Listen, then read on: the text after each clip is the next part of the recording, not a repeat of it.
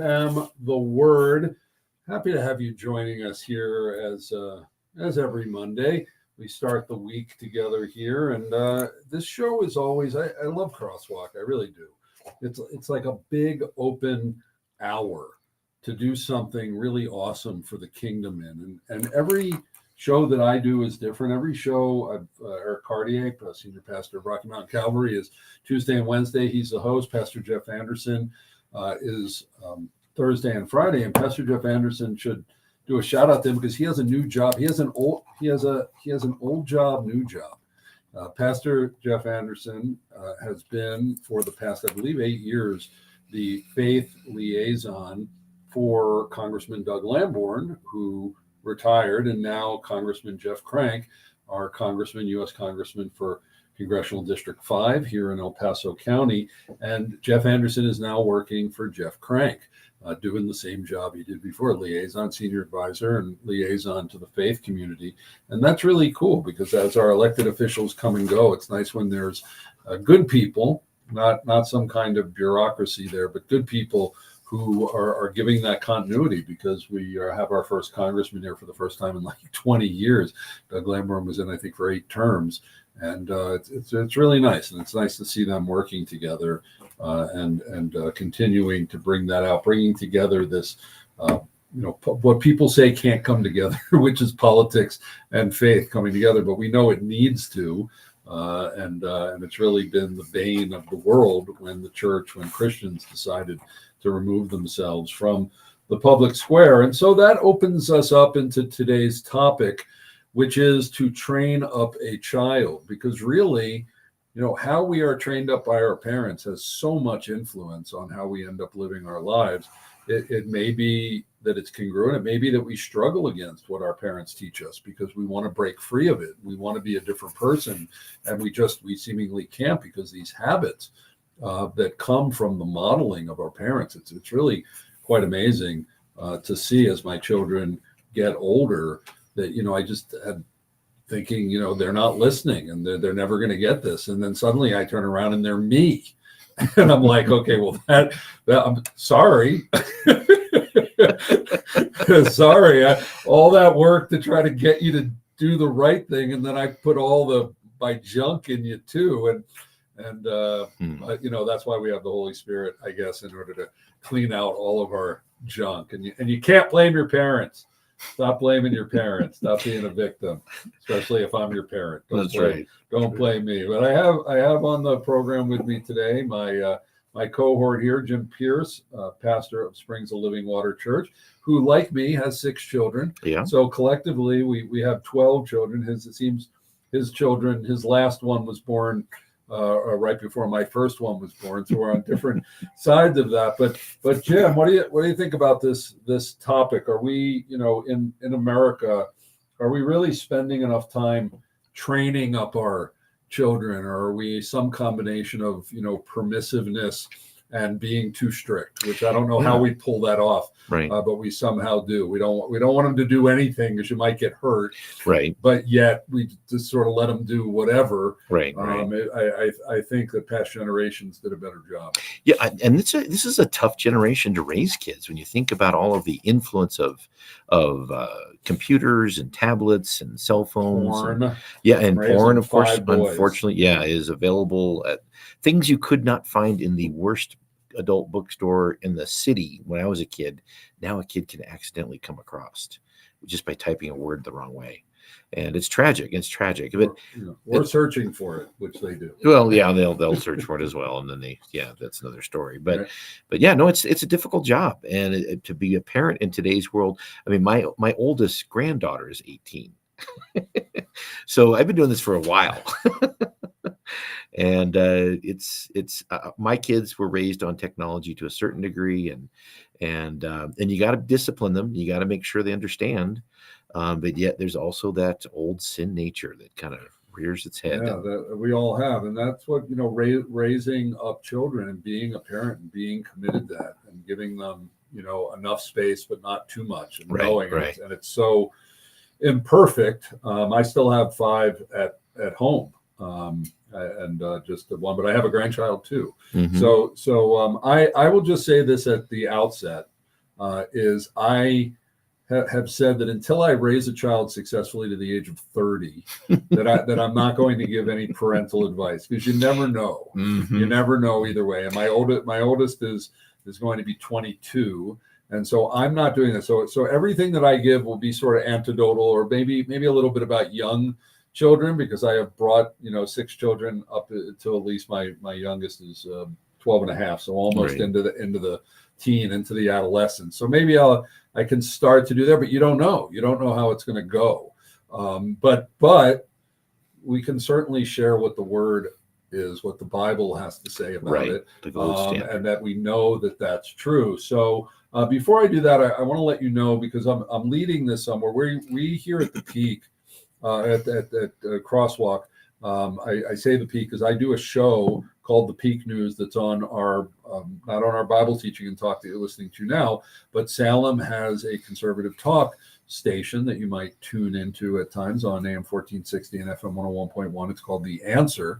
And about a year ago, I launched a news talk program on there because I wanted us to have real journalism in the area. And from the very beginning, it had a citizen journalist and an internship model to it. And we started bringing in young people in order to, teach them and give them a break into a potential career in media. And our very first intern, James, after 6 months, got hired here by Salem. So it worked. Wow. Internships do. And then we started a nonprofit organization called the Peak News Educational Foundation, and we're developing that. The reason we did that is to develop a curriculum on journalistic ethics. I know when I use that term, sometimes people laugh and say, "Is that a thing?" Journalistic, yeah, it's supposed to be a thing. It went away, which is why we need to bring it back and to raise up a new generation of young people who know ethics and have a good work ethic and are moral and are able to actually become better citizens than maybe our generation was, and allowed the country to get here. So after still in the middle of raising my children, have started to reach out and start to train up other people's children. And I'm going to share that later on in the program, because today I was actually down at D11 because it looks like our program has the opportunity to actually go into the public school system. Wow. And to offer career opportunities. And so this is really, really cool. And this is something that we're doing locally. This is something that will impact you when young people start getting this training and learning how to find out what the truth is, right? Everybody's like, what is truth? Find out what the truth is and bring it successfully to other people. So, of course, the key verse that everybody knows is Proverbs 22:6, which is, train up a child in the way he should go, even when he is old, he does not depart from it. Or there in the Hebrew, there's a way of saying it that's according to his bent. Train up a child according to his bent. That you get that sense, because we're all different. Even within a family, it's amazing how different we are. Even though genetically we might be so close and raised, we're all so different. And to figure out, for a child, what are their predispositions? What are they like? What are they not? And of course, we don't want to let people be lazy and just play to their strengths. But there is something about playing to your strengths and allowing you to develop in that. And so we should train up that child according to that bent. And when we come back here on Crosswalk, I'm going to be talking more with Jim Pierce, pastor of Springs of Living Water Church, of getting into what that means as far as the way we should go, or the way that he should go. Because if you listen to the show when Jim and I are on, we get into the Hebraic, and when you hear that word way, it triggers something that in a Hebraic mind, in a Jewish mind, that it doesn't necessarily in the average Christian mind. And so we want to share that with you, because how God wants to raise how he wants us to raise our children up is the same way that he, as our Heavenly Father, is trying to raise us up. I'm Chaim Goldman, the Watchman. You're listening to Crosswalk Colorado Springs Live. I'm here with Pastor Jim Pierce. And when we come back, we're continuing our discussion on training up our children in the way that they should go. We'll be right back. So how about this? I'll read Deuteronomy 6:1-9, and then turn it over to you for some commentary. And then, in this realm, and then So that's the Bia Hafta, the Shema and the Bia Hafta. Right. Then we have this thing in Exodus where, that remembering the Passover. That he's telling us that we're gonna. Oh, great! Because my ad's playing during the show. Never know when it's going to play. So this thing about the tradition of the Passover, that it's actually about the children, like the actual reason for the Seder, is so that we pass this history of what God did for us from down through the generations. Then we have time to talk about evil inclination, talk about free will versus evil inclination, Yetzer Hara. And then I have these others like Ephesians 6:4, fathers, do not exasperate your children. Instead, bring them up in the training and instruction of the Lord. I have Proverbs 13:24, whoever spares the rod hates his son. He who loves him is diligent to discipline him. And then there's that thing about in Deuteronomy 21 about a man having a stubborn and rebellious son. So if we can get into that in 10 minutes, I don't know. Segment 3. That might cross over in segment 3, and then segment 3 is about training them up to have a good work ethic, be good members of their community, like not just raising them up to be selfish people who look out for themselves, and how much money to actually, to make them have a biblical understanding of work. And you're getting into work being worship and things like that from a Jewish perspective. And then as much as we can spend half the final segment on this event and our educational foundation. So I got a good story about that this last Shabbat. We had a couple kids who wanted to share. So they came forward and just shared in front of all the adults. It was really cool. So we should give them power. I've started to have my boys leading Friday night services because I thought after listening to it for 20 years they would just know it, and then you hand them the siddur, and they're a little stunned. I'm gonna grab some water. Are you good? I'm good.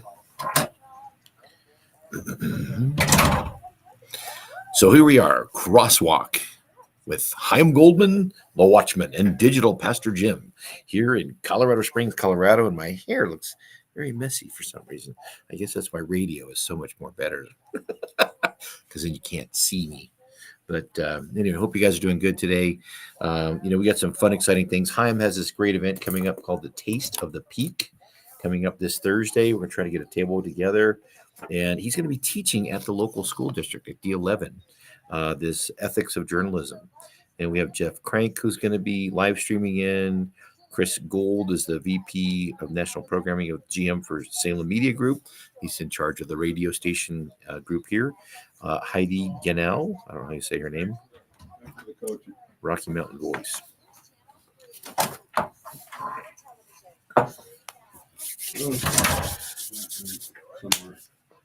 Somewhere in like a minute.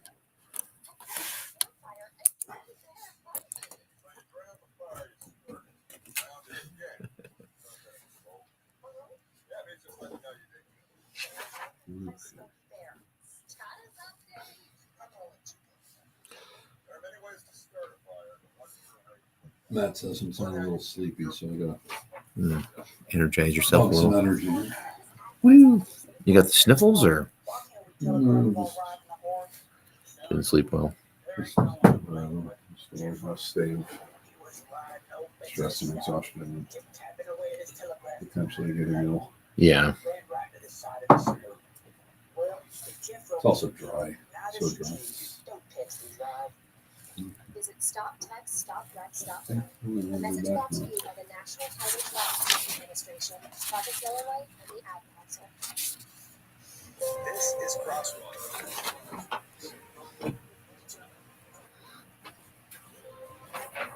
Welcome back to Crosswalk, Colorado Springs. I'm Chaim Goldman, the Watchman. I'm here with Jim Pierce, pastor of Springs of Living Water Church here in the Springs. And we're talking about training up our children. We know that verse, Proverbs 22:6, about raising up our children in the way that they should go or according to their bent. Between Jim and me, we have 12 children that we raised, 6 each. And so we have some experience. Mine is almost 22 down to 12 and a half. And yours are? Yeah, my oldest is 42 and my youngest is 22. And of course, we're a blended family, so I don't have the benefit. It's actually easier to raise kids that aren't genetically yours, I found. Really? It's a lot easier. Okay, interesting. Yeah, I don't have the same. I have this. I'm blind to my own weaknesses, and when they're in my own children, my natural born children, I'm blind to it. But yeah, kids that are blended family makes it easier. Bill Cosby thing? And if I brought you into this world, and I'll take you out. But, you can't do that when they're not your natural born children. So we are talking about in this segment training them up and ways of training them up. And in the next segment, training them up ethically. In the next segment, about work and about raising them up to be good workers, have a good work ethic, and also to be active members of their community, which is something that we're not seeing. And you go out there today, and I'm very active in the community. But when you go to these Patriot meetings, sometimes it feels like the average age in the room is like 86 or something like that. Right. And it's like, where then you look around and the only children you'll see are mine. And it's like, why are people not introducing their children to the things that you're going to have to do to keep a free society? Like, this is not a good plan. Mm-hmm. And so we're going to get into that in the next section. So I wanted to read some verses and comment on that. First of all, I'm flipping through my Bible here. I should have had it queued up at the break. But Deuteronomy 6, 1 through 9. And this is the command, the laws, and the right rulings, which Yehovah your Elohim has commanded to teach you to do in the land which you are passing over to possess, so that you fear Yehovah your Elohim, to guard all his laws and his commands, which I command you, you and your son and your grandson, all the days of your life, and that your days be prolonged. And you shall hear, O Israel, and you shall guard to do, that it might be well with you, and that you increase greatly, as Yehovah your Elohim of your fathers has spoken to you in a land flowing with milk and honey. And then this is what's known as the Shema prayer, most famous prayer in Hebrew. Hear, O Israel, Yehovah our Elohim, Yehovah is one, Shema Yisrael, Adonai Eloheinu, Adonai Echad. And you shall love, and this goes in what's called the V'ahavta, you shall love the Lord, Yehovah your Elohim, with all your heart, with all your being, with all your might. And these words which I am commanding you today shall be on your heart. And you shall impress them upon your children, and you shall speak them when you sit in the house, when you walk by the way, when you lie down, and when you rise up. And you shall bind them as a sign on your hand, and they shall be for frontlets between your eyes, and you shall write them on the doorpost of your house and upon your gates. So, this is very interesting because, what words are we talking about? Obviously, this is the Torah. These are the words of Moses and the prophets and things like that. And certainly Christians seek to follow this by raising people up, or raising their children up in according to the ways of Jesus, of Yeshua. But that's not what this is saying. I mean, yes, he is God, and he met with Moses and he gave him these words. But this separation and the fact that so many people that when I talk to them, they have no Old Testament base. They were never raised as Christians with much knowing these words that are the very words that God commanded us from generation to generation to teach to our children. Yeah, and it's I think it's a tragedy. I feel like that's sort of part of my call in ministry is to restore the evangelical church to some of that perspective. And of course, when Jesus was challenged, Yeshua, by the teachers of the law, they said, sum up the law and the prophets. And this is what he quoted. Deuteronomy chapter 6. Hear, O Israel, the Lord your God is one. And of course, and then the next thing he quoted is Leviticus 19:18, and love your neighbor as yourself. And then the church kind of takes that and says, well, that's all we need to follow now. And I think we're missing some major components in that. Well, you said all of the law hangs off of those things. So really what that's saying is any commandment is basically a love your God or love your neighbor commandment. Those are the two big categories of it. And it's a great way to sum it up as the great commandments. But then we flow down from that. So I would just say, one is regardless of what word of God you're teaching, it should be something we're supposed to be doing all the time. We're Right. supposed to be doing it in the morning, at night. We're supposed to be meditating, which is like chewing, gnawing, getting Ruminate, the marrow right. out of it. And then we're supposed to teach our children that and teach it to their children and their children and their children's children. And this is how we have this continuity, Mm-hmm. of people who've taught faith. We get to a place now where so few, few people were raised up. We're in this post-religious, post-Christian time. And why is that? Because this commandment to teach it to your children, even when you don't feel like it, Right. even when, just that we have to counsel our children and we have to do it in the admonition of the Lord, which means continually saying, hey, you're in this situation. You know what Scripture says about that. And when you do that over time, and I'm seeing it now with my children as they're reaching young adulthood, the word is coming back out of them. And and you start to realize, you know what, that time was worth it. All of those times when I had to fight tooth and nail to let's have a Bible study, or that really it is going in. And now, the way that they should go, they know it. Right. Yeah. Yeah. And they're seeds that we plant in our children. Sometimes, because Jesus told us the story of the parable of the prodigal son. One of the sons left and went off and squandered everything. The other son stayed at home. And then when he came home, the father was open and wanted to receive his son back. And I think that, that's going to happen with our children. It happened with my children. There's a season of rebellion, of walking away, and I'm going to do my own thing, Dad. I don't need you anymore. And then waiting and praying and waiting and praying. But I know I laid a firm foundation in their hearts. And same with my grandchildren. I got to spend a lot of time with many of my grandchildren, and every time they'd come over, we'd do a Bible study together. We'd read Proverbs together. We'd sing biblical songs. I taught them the Shema prayer in Hebrew, and they could barely talk at the time. But I know that seed planted deep in their hearts. And it does say, and when they are old, they will not depart from it. That's what someone said to me when I had very young children and they had older children. I said, but they're not getting it. It says when they are old, they will not depart from it. It's going to come out later. Keep putting it in. Right. Keep putting it in. And just case in point, if you've ever done a Passover Seder, which is very popular in Christianity, we've been doing a very large one here. We're sizing up to another one this year. And it says in Exodus, when it commands Israel to do this service every year, it says in Deuteronomy 12 and 25, and it shall be when you come into the land which Jehovah gives you, as he promised you, you shall guard this service. This is after it talked about how we're going to remember the Passover that hadn't happened yet. He's already telling us how to memorialize it. But this is the key verse, 26. And it shall be when your children say to you, what does this service mean to you?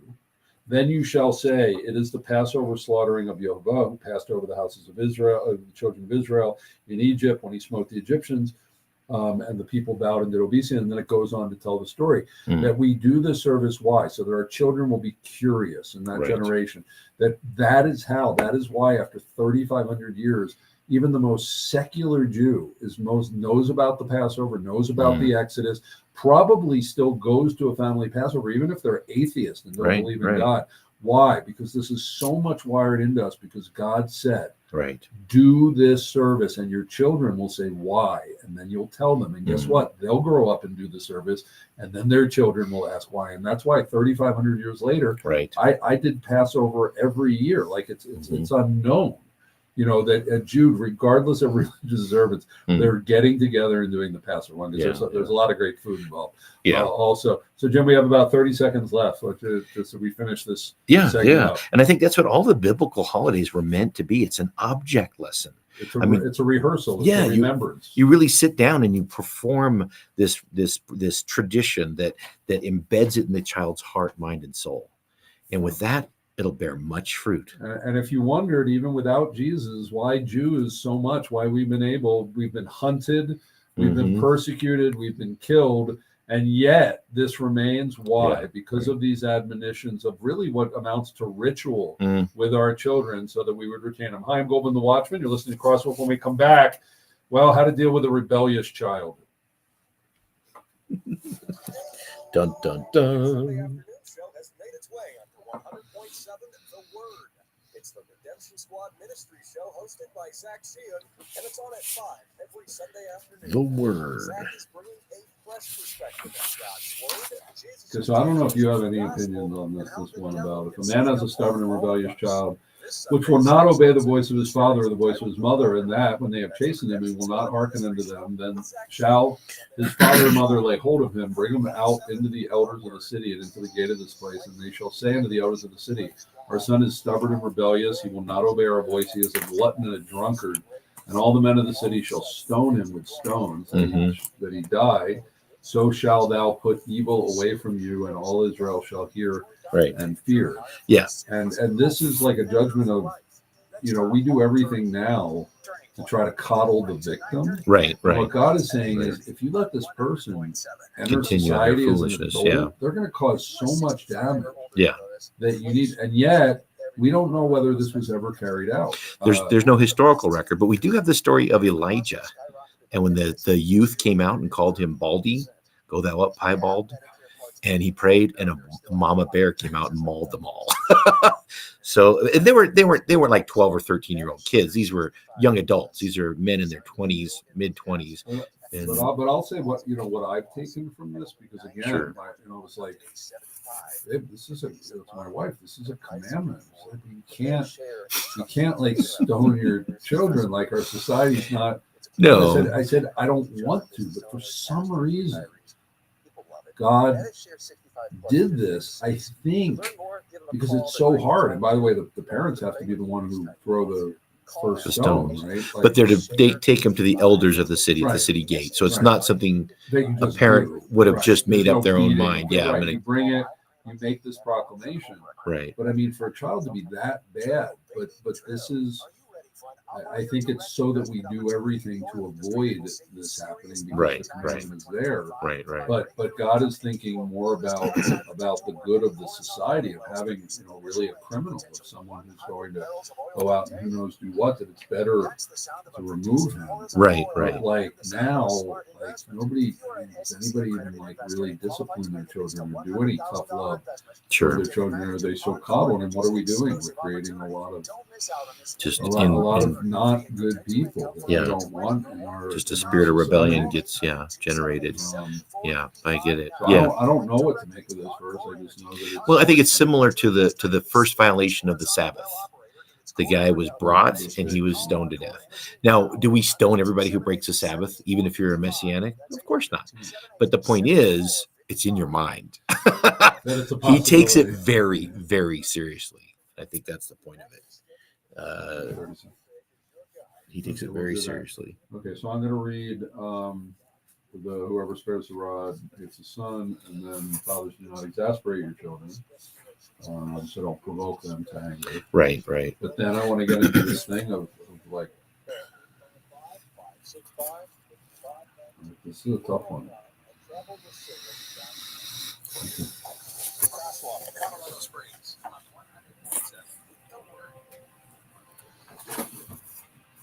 Welcome back to Crosswalk, Colorado Springs. I'm Chaim Goldman, the Watchman. I'm here with the pastor of Springs of Living Water Church here in the Springs, Jim Pierce, and we're talking about training up our children in the way that they should go. Jim has 6 children from blended family. I have 6 children myself. His are significantly older, so he's been able to take them a little bit farther. I'm still, as they would say, in the thick of things. I have 5 of my 6 children living at home, and I hear I might sound a little tired on the radio today. It's when you try to do everything, run a business, serve your community, be a good father, be a good husband, all of these things. There's not a lot of sleep involved, but that's what, by the way, Shabbat is for. I sleep quite a bit. There you go. Amen. Saturday morning, I get to sleep in, and that's what keeps me alive. So, couple of verses on this to consider. Proverbs 13:24, whoever spares the rod hates his son, but he who loves him is diligent to discipline him. Does that mean actually a rod? Does it mean actual spanking? Well, corporal punishment is out. Am I using the phrase right? Thankfully still legal in this country, but it doesn't mean that you beat up your child. There is a there is a way of spanking, a proper way of discipline. It needs to not be done in anger. It needs to not be, it can cross into abuse when you do things out of anger. But God does, it talks about a rod on, as we would say, Hacha took us. The spank on the took On the us on the rear end. Yeah, because I mean that can wake up a child real quick and cause problems later. I think that there's a lot of really dysfunctional criminal adults out there that if they had gotten a good spanking, not a beating, but a spanking, that may have changed their life. So here it is something that God allows. But here's a flip side that's very, very important. Ephesians 6:4. Fathers, do not exasperate your children. In some versions, provoke them to anger. Instead, bring them up in the training and instruction of the Lord. And I know, because I know how to stir people up, like I'm really good at it. and I have ways where, I can really get under people's skin, especially my children. And it's very hard for them because they have to honor my authority. But at the same time, I'm driving them to anger and crazy. And I've had to learn to back off and not provoke them to anger, because then they're provoked to anger. Guess what they're going to do? They're going to yell at their father. And now what's their father going to do? He's going to get angrier and want to punish them more. And meanwhile, hey, father, you had control of this. Sometimes it's hard to remember that we're not the child when we're when we're arguing with our child, because very often we become that way. Yeah. I think from my experience, that's why it's a little bit easier to raise non-natural born children, because with my own children, we have blind spots, and I'm blind to their weaknesses because I have the same weakness. And when I was raising my stepchildren, it was so much easier because I could see what was this and what was that. And my kids were so much like me, it was kind of scary. And it just takes time to sort these things out. And discipline doesn't always mean physical punishment. It means musar is the Hebrew word. And musar means internal discipline. It means to exert authority or control. And sometimes it does mean a spanking. They might need, especially toddlers, they need a swat on the hand or a firm swat on the tuchus, as you said, to get their attention, because they're just, they're kids. They don't think outside of themselves. And I think my kids, once they're probably 6 or 7, they were too old for spanking at that point for the most part. So now I want to share a verse that this is a tough one, and I've tried to analyze this and what does God want from this, and how does He want us now, especially as new covenant believers, to use this, because this is really serious. Deuteronomy 21:18-21. If a man has a stubborn and rebellious son, which will not obey the voice of his father or the voice of his mother, and that, when they have chastened him, he will not hearken unto them, then shall his father and his mother lay hold of him, and bring him out unto the elders of the city, and unto the gate of his place. And they shall say unto the elders of the city, This our son is stubborn and rebellious, he will not obey our voice, he is a glutton and a drunkard. And all the men of the city shall stone him with stones, and he shall die. He shall put evil away from among you, and all Israel shall hear and fear. Now, this is pretty harsh. Yeah. And in trying to figure out, well, what age is this? There's some thought that this is about 12 and a half years old. Right. Because at 13, a child is brought to bar mitzvah, is brought to say, you are an adult male, even though you're still quite young. But this is when you're taken from the mother, you're out from the apron strings of the mother, and you're introduced and you're accepted into the male part of society. And so before that happens, before you're recognized as a man and given that authority, it seems that, and you think, well, what child is a drunkard and a glutton by that age? Well, you know what? People that used to only live to about 30 or 40 years old, you grew up a lot faster. So by 13, people were starting to have children in their mid-teens and things like that. Right now, we grow up. We never grow up. We're like Peter Pan. We never grow up. But there's something to this. And what are we supposed to do? I mean, this is, and just to analyze, because this, by the way, not religious, it's a legal document. The Bible's a legal document. So a stubborn and rebellious child will not obey the voice of his father or the voice of his mother. So I guess if it's listening to one of them, that's okay. And they've chastened him, which means you had to have chastened your child. You had to give him, can't just let him be like a feral cat. Like, you got to raise the child. And he still won't hearken. Then his mother and father, so in agreement, have to go and bring him to the elders and make this proclamation, pretty serious. And then the elders of the city do this. Why?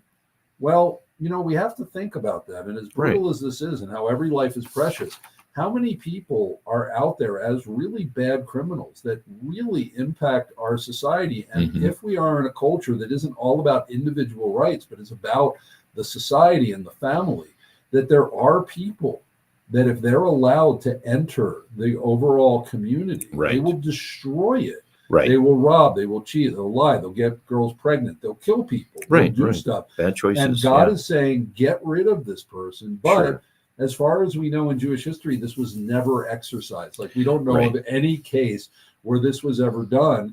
And well, the way I've taken it is, parents, don't let your child get to this point. Don't, because how many people, I mean, we have, like, let's see, the Club Q shooter. And his parents going, well, what could we do? You know, he was doing it. The parents are always like, well, he was a rebellion. We really couldn't do anything, and he wouldn't listen to us. Well, because we have no mechanism for this. But I would say what this is really a warning to parents. Love your child so much that you will chasten him. And that at an early age, he will learn to listen to the voice of his parents. And this will never need to happen. But this is how serious God takes. Agreed. And when you look at the term bar mitzvah or bat mitzvah, it means son of the command or daughter of the command. And so they're the commandments of God. Yeah, exactly. So they're just beginning the process. Of course, what they learn at that age is this is one of the commandments. It's intimidating. Oh, I don't want dad to have to take me to the city gates and be embarrassed and bring shame to my family. But then what is the biblical command of the true age of accountability of adulthood? You're not allowed to go to war unless you're 20 years old. Yeah. So I think this kind of lends itself to that idea. It's for people who are 20 years old. And in most ancient cultures, children live at home until they get married. That could be as late as the 20s or 30s, depending on the era of history. And so it's for that. It's so that we don't reminder. know at what age this happens, but certainly, yes, there is this sort of practice of 7 years from 13 to 20.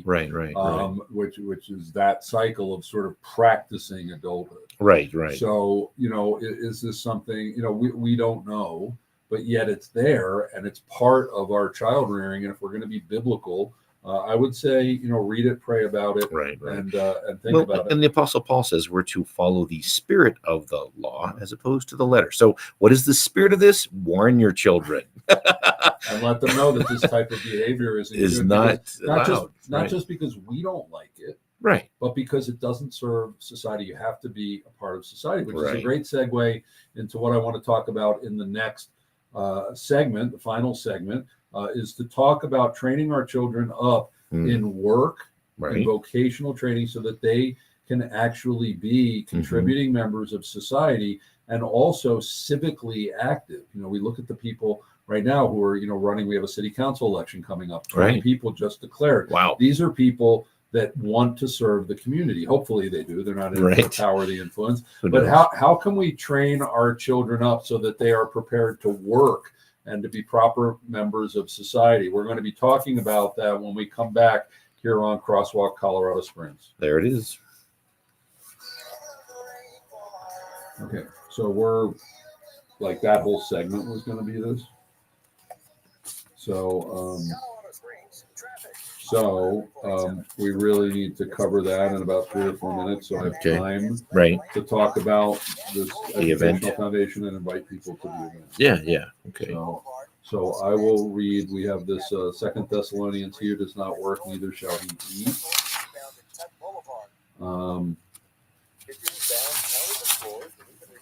And let's talk about giving our children a good work ethic.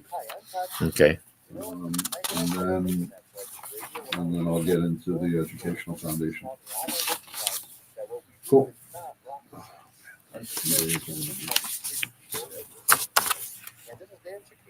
Todd's totally correct. We know that you want a quality job at a fair price. You want good service and timeliness of completion. You want honesty. You want to feel comfortable. And you simply want to do it well. I'm trying to deal with that. I know that's why we've done do what you need to do because I have to deal with it tonight. So folks, if you're ready, we're ready to serve you. Whether it's a fresh new look for your kitchen or bath, or the warmth and quiet of the place or windows, call us. You have our word with future writers on that. 570-1181, 800-362-8370, or dr8i.com. Reports of Pizza, Saturday afternoons at 3:30 on AM 1460. It's interesting that scripture specifically addressed sons, not necessarily daughters. It's assumed their brains function sooner than the male does, which is true biologically. The frontal lobe of the brain doesn't click on until 25 to 28 in males. At 6:50 West Uinta, the Voice of Lisa, Saturday afternoons at 3:30 on the Ensign. If you own a timeshare, don't miss this public service announcement from Chuck McDowell, founder of Leslie Financial Group. Hallelujah. Yeah, if you can, are you going to be? Are you coming to the event? Oh, yes. Okay, if you could, please, like we're doing tables now. Like if you can, like say, hey, I'm going to be there and go, and we'll give you a reserved table. Okay. Not even comp a ticket, but Sure. We're trying to like get people to bring people. Right, so if right. you're able to beat the bushes on this, Get a few, 4, 5, 6, 7 I'm people. not telling you to pay for it, but to just get the people to. Right. Like if we can get it, if I can get everybody on my board to fill it, it's 25% of the people. Yeah. Like I just all these people that I promote for, and then I turn around and say, hey, I need your help. And It's then like they just pulling don't- they don't teeth. take the risk. They don't just take the risk. Even Pastor Alan Jackson. Look at Luke chapter 5. It says the news about Jesus spread all the more so that the crowds of people came to hear him. To be healed of their sins. we have more and more people. Now that I had JW Roth on, Yeah. talking about the end, but now I have those people, that small group that he says is just complaining about the amphitheater. They're coming to me and wanting to Get a story. present their evidence. And I said, well, we're citizen journalists. I mean, can you appoint a person and we'll show them and you can investigate it and we'll bring it on. And Right. so like things are, it's interesting. It's starting to take on a life of its own that people can sort of argue a point through our show over time and they're willing to actually investigate. So, They got to get a hook on them, get them interested. Seems kind of crazy. I think it's but good. if they're passionate about, if they're passionate about that thing, right, they should go. Right, right.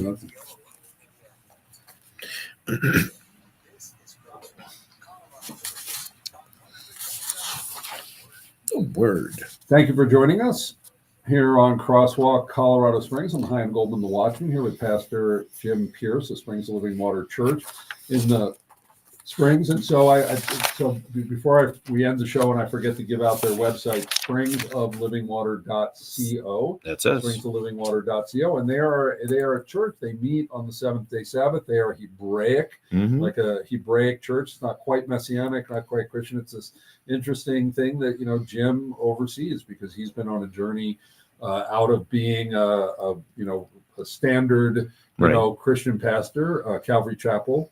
The Calvary Chapel persuasion to over the past 7 years learning a lot about the Hebraic and bringing those worlds together. And that's why we're able to do this sort of buddy show and bring these things together because of our different backgrounds, but how we're coming together in Messiah and coming into these understandings. And we're Messianic. We're just not rabbinic. So theologically we're there, but we don't do the liturgy that some of my rabbinic friends or do. give the authority to the rabbis that rabbinic Judaism or rabbinic Messianic Judaism tends to. Right. So we're going to, in this final segment, two things. One, just about how to, not just to give our children a good work ethic and like so that they want to contribute to society through work and also through civic activity. Right. And then I want to finish up talking about what we're doing with this Peak News Educational Foundation, because we've put together something to train up our children in the area of media. Wow. And this is this event that we're doing in this world where, what is the media? If you think about it, they're supposed to be the truth tellers of society. They're like the prophetic of society. So when we have false prophets running our media, we end up like Israel did with false prophets. Like this is really serious. And so this is to raise up an ecosystem, and especially with the young people, because they are the future, literally. Yeah. So 2 Thessalonians 3:10, he who does not work, neither shall he eat. So this is something we need to work, and we need to be able to work to take care of ourselves, to take care of our family. Jim, what have you done in order to inspire your children to, get off their butt and get out there and be, either from a work standpoint of income or, getting out and doing good in society and not because really in the end we can make it about ourselves or we can make it about other people. Right. Yeah. So I run a small business. When my kids were young, I did window cleaning primarily. And so when they were off from school for summer break, we said, guess what we're doing tomorrow? We're going to go clean windows. So, and I trained them in the process. What a great dad. But I paid them. Paid them, right? I paid them. Yeah, they made money. And so they were happy to have spending money. They, they had minimal responsibilities, but maximum flexibility. And so they understood what it was worth to get out there and sweat and go out in the sun and carry a ladder and a bucket and clean windows and how to do customer service and how to schedule. And so, and after a while, they helped when I started the carpet cleaning section of our business. I had them work for me cleaning carpets for a few years till they moved on to their careers and their families. And so it was great. They learned people skills. They learned, even if they don't feel like it, you get up, you smile, and you get the job done. If you're not hurling out of one end or the other, you're going to work.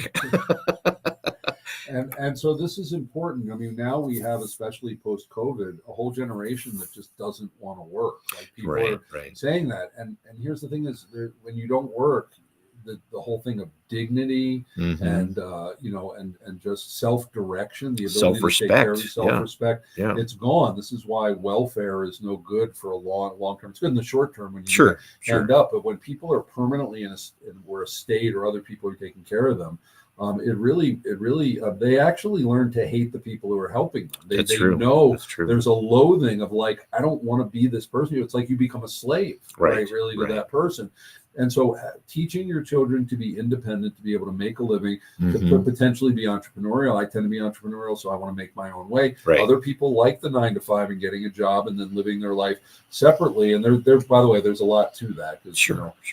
People say, I want to break out of the 9 to 5 and become an entrepreneur. So great, now you work 24 hours a day without any. But you know what? My children have seen how much I overwork. I always take the Sabbath up, but how much I overwork, and they don't want to do that. And they're actually learning.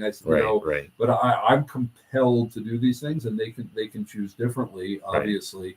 But they've seen hard work, and they've also seen overwork, and they've seen health deteriorate. They've seen those kind of things. So we're always an example to our children, aren't we? Yeah, and I told my kids, even raising them, I said, my goal is to train you to think for yourself. So if you end up getting dropped off in the middle of a foreign country at any point in time in your life, within a year, you'll speak the language and you'll be running a business in that country. It might be illegal, but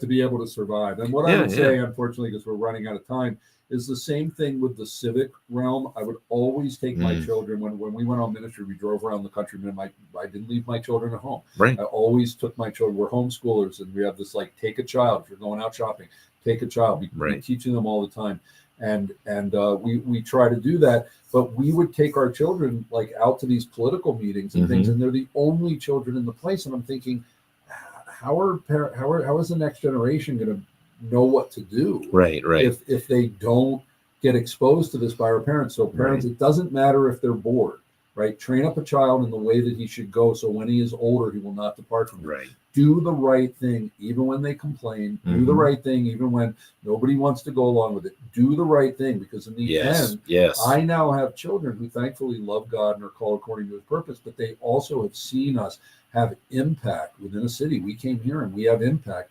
And they're now inspired that, hey, you know what? Even as a young person, you can make a difference. Right. And when you were doing the road trips, that's when I first saw you on YouTube.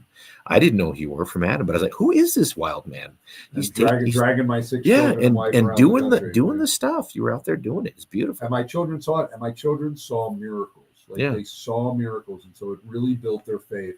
Even though it was a crazy time, but they got to see the country. So in the few minutes we have left, I want to quickly introduce to you, and I invite you over on AM 1460 and FM 101.1 The Answer, 3 to 4 p.m. Monday through Thursday. I have a show called The Peak News, and we launched this in order to bring real news, real journalism to the region. And we have a citizen journalist and internship model. And along the way, we formed a board, started a 501c3 nonprofit. And the purpose of that is to develop a journalistic ethics and media vocational training program. What does that mean? That we have to have an ethics to journalism. You have to know that it's a sacred right. You can't be an activist. There are rules to it, and you need to serve society with bringing information so people can live free. but also you need the skills and you need to break into it. So we've combined that with training people about how to be journalists from a writing standpoint, a communication standpoint, speaking standpoint, as well as using the equipment and then plugging it into an internship year. Wow. Well, as this is developed, I was just down at D11 today. It looks like I got to get my teacher certification and stuff, but I'm going to be teaching in the D11 school system journalistic ethics and plugging it into an internship. No year. way. So I'm going to be able to teach before these children head off to college or wherever and become activists and forget that they have to serve society and not special interests. Right. We're going to teach them about ethics and how we can do this so we can build this whole ecosystem. Wow. And in order to develop this curriculum, we decided to throw a fundraiser because we are a 501c3 nonprofit. Sure. And so this Thursday at the beautiful Pinery is Taste of the Peak. It's a fun fundraiser for our nonprofit and for this journalistic ethics program. We're going to have food tastings and activities and lots of great networking and schmoozing and great speakers, including Jason Jurgensen, who is a D11 school board member, Heidi Ganal, who ran for governor and now has Rocky Mountain Voice, which is a great highlighting people in media. Chris Gould, who is our GM here at Salem, also a senior VP for Salem. Jeff Crank, unfortunately not live, but by video, our new congressman, and me, and other surprises. Go to thepeak.news. That's our website. Go to the events page. Check it out. Get your tickets. Only $20. There's going to be food. There's going to be fun and a really good cause. And you're going to be getting a taste for the Peak and everything that we're doing and helping us all remake journalism here in our region. So again, thepeak.news /events. Amazing. Get your tickets. It's just a couple of days from now. Please don't wait till the last minute because it's probably going to sell out. And go to that. Jim, got about 20 seconds for you to final comment on training up our children. Yes, I'm so excited doing this internship. This is beautiful to help these kids learn something functional. And break in. And you had a young man who did it. And now he's working at the station, right? Yeah, and we have other people too that are running the board. That is amazing, Chaim. That's amazing. This is what we do here. Yeah. You can be a part of it. Oh my gosh. Please do that. Sign up now. Sign up now. So thank you for listening to Crosswalk. I'm Chaim Goldman, the Watchman. We have Pastor Jim Pierce, and we're saying to you, train up your children in the way that they should go for such a time as this. Amen. Shalom, my homie. Okay, another one. We did another one. I'm excited about that internship. That's going to be so much look fun. At this. Check this out. This is dual enrollment, which means they'll be getting college credit. Wow, and we're going to get it accredited through Pikes Peak State College, most likely. Right. This is what they're offering. We're the only media. We're going to be the only media associated dual enrollment course in D11. Wow. So they have journalism courses, but nothing where you can do this and have the internship and get college credit. And we're calling it the how to break into professional media. And this is going to be for when the students next month are picking their courses. Wow. They're going to be able to choose to do this, and then they will immediately automatically get an internship. That's fantastic. And with the explosion of social media, there's got to be thousands of young people who are saying, I don't want to just be another, goofball dancer on some making stupid videos. I want to impact the world. I want to teach people truth and expose, things, bring news, real news. So that's the crossover part of this, is how do we say, okay, professional media, they know what to do, but they're not doing it. They're doing the wrong